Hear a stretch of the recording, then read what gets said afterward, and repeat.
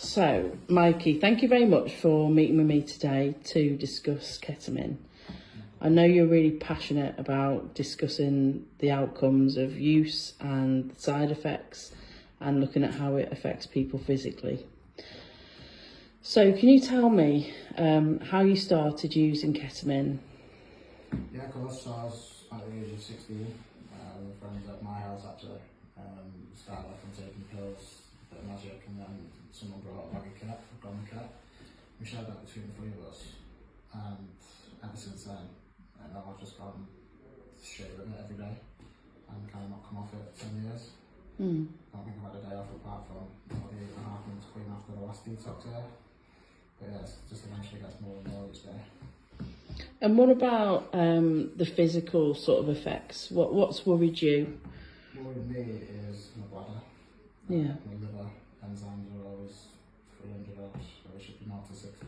So that's a big issue with liver. And kidneys as well.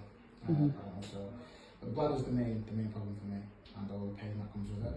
So, reading every 2 minutes, it's the sting that you have when you read, blood clots coming out of the way after you finish reading. It's all gooey and it's just not nice to see. I think one of the worst pains you can have with it is cat cramps. So once you've got them, you physically can't move, you can't do anything at all. And also the back pain as well, that's horrendous. So sometimes you can't get yourself out of bed. Using hot water bottles constantly just to take away the pain, one in the front, one on the back. Yeah. And that's heating your body up and making you feel worse.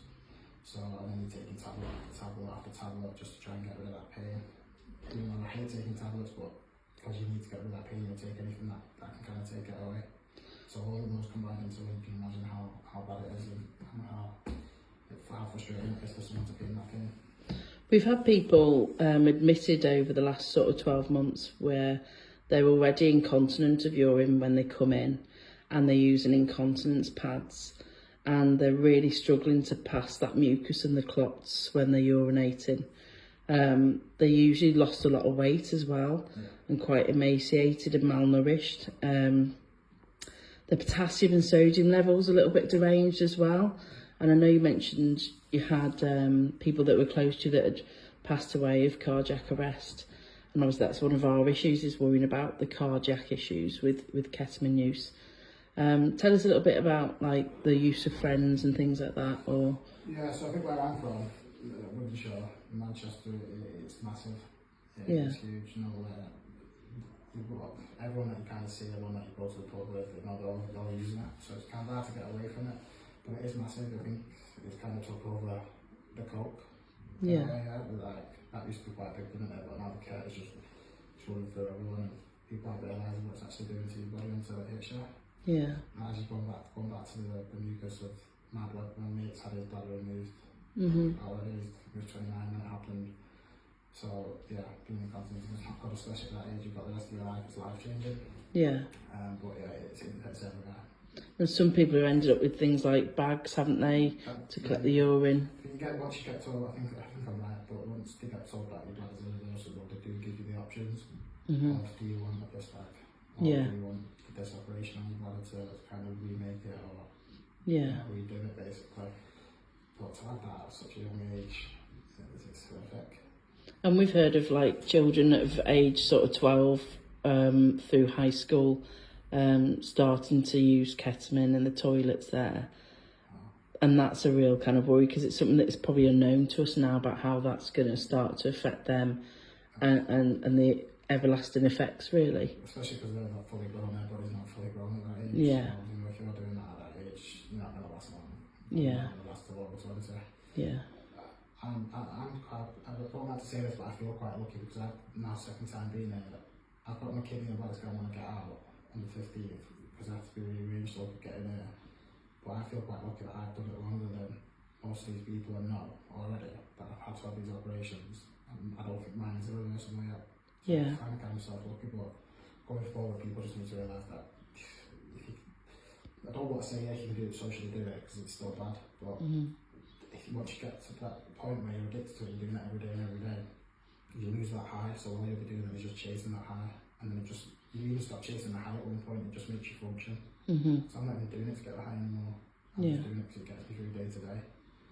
The minute I wake up at 3 in the morning, eyes closed, grabbing it under the pillow, sniffing it, and my eyes still closed. Like, it's just the urge and the craving for it. It's not normal once you're that far on it anyway. What would you say to anyone who's really struggling out there with the use of ketamine and how they then approach getting better and that support? Again, I don't like to say this in a bad way or a negative way, but going to hospitals and going to see doctors, it's kind of not solving the problem. Yeah. You go in there and they don't have the research on Google at the time I've been in my experience. So that doesn't make me feel comfortable or positive about the situation or any kind of help that I'm going to receive. So the only way I found help for the second time is going to CGL. Yeah. To see a support worker speaking about it, letting it all out to a professional. Yeah. And then obviously getting the detox is the main thing. I think that is the only way that you're going to save yourself from getting to a point of like that. We hear a lot about lots of hospital admissions because people can't control the pain or they're bleeding or the blood is coming within their urine, and that's worrying them. So you kind of like basically saying that when you attend hospital, people don't understand what long-term, regular ketamine use is like and the effects on the body. Not at all, no. When you type it in, all they'll tell you is, right, you've got kind of a get bladder, like it's crystallising the outside of your bladder, that's why it's staying outside certain doctors. All they do, in my experience, is tell me I've got an infection. And I'll tell them, I'll politely say I've not got an infection. I've told you my problem, it's not an infection. You'll do the sample, next day, phone me, I'll text me, it's not an infection. Yeah. So it's just hard, like, the only way that's helped me is this place, Birchwood Detox, Yeah. because in a way I didn't want to stop doing it myself, because I've heard people say, whether it's true or not, if you're taking that much and then you suddenly stop on your own, completely stop, then there is a chance of cardiac arrest or seizures or anything like that. Yeah. So to come here and then to come down on the diazepam that I'm taking, it's kind of in my and making my body come back to normal. Yeah. So I think 100% detox is the right way to go for anyone who's struggling. Yeah. I wouldn't recommend anything else. And sometimes the ketamine can be mixed with other substances. I mean, I know that obviously services will drug test people, but there's occasion where, different things have been found, sometimes crack, sometimes heroin, sometimes fentanyl, there's all these different types of drugs that could be mixed in with things that aren't even showing up on our drugs test. So you've been quite lucky to just have what you're taking, but there's unknown substances, which is also a risk, isn't it? Yeah, apparently so. I've heard that myself. Whether or not I probably experienced and had that, but not known. Yeah, so, yeah. And I think that could be a big factor as well into what the damage that's causing to bodies. If you're buying that, that crap that's in it, is that affecting your body more? We don't know. Yeah. Because if it's clean, it may not cause these problems. Yeah. You just never know what's in it and what's doing the actual damage. Yeah. But yeah, it's not good. People need to stop doing that. So what do you want to do with your future in the sense of, you've been quite strong with your opinion about wanting to help people and support people that have been in the same situation as you? Yeah, so, before I came to Birchwood now for the 4 weeks leading up to it, once I got the confirmation date, I don't know what switched in my head, but I just switched straight away one day and I just had this post running through my mind, like, that when I get out, I'm going to do like a big Instagram social media post about it and like try and get people help. All my mates that need help because they don't like to admit it, but they're all in the same pain as me. Yeah. And they're going up, and before you know it, then bang, their blood is going to be gone. So yeah, I think me going forward is to try and help as many people as I can. Yeah. Because it's not nice to say, and like I say, you've seen death yourself. It's not good, but I do want to help as much as I can. Whether that's coming back here, doing a group on it, or doing this video, for example, that's a start. I've never done anything like this. You know what I mean? So it's a big thing for me to do this, and I hope it works. I hope it helps people. You should be really proud because I know that it will. It's good coming from you, because there's a purpose in life, isn't there, to be able to help other people. And there's been probably friends that you haven't been able to help and they're no longer here. And we really want to sort of target the younger generation as well as those people that are in the 20s. But we're obviously only seeing people between 18 and 25 because we can only have people from 18, but we definitely know there's a cohort of people out there that are a lot younger that are probably going to be really struggling as well. Yeah, 100%. Because like I say, once you get addicted to it, that's game over. Yeah. There is no, I don't know anyone who has stopped himself. Yeah. No. Yeah. So more people are getting to a detox. That's the only way they're going to receive help, or proper help anyway. There's a lot of sort of talk around people thinking that this will be the new heroin.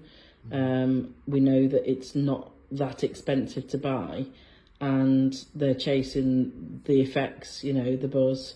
And like you say, it doesn't last long before it completely consumes your life and you just need it to function. Yeah. We hope that this story will really help somebody else. So thank you very much for taking part. I appreciate that, getting asked me to do it. Yeah. I do, but I hope it helps people myself because it's my way to live. Yeah. You can't function. And you think it makes you function, but you can't. You're not functioning. Yeah. You're like I don't know how to describe it. You're walking around like a zombie sometimes and your eyes are puffed. It's not nice to see, especially if you've got family watching you as well, looking after you. Yeah. But yeah, I'm just to end that. I do hope it helps a lot of people. Thank you very much. Cheers, Mikey. Thank you.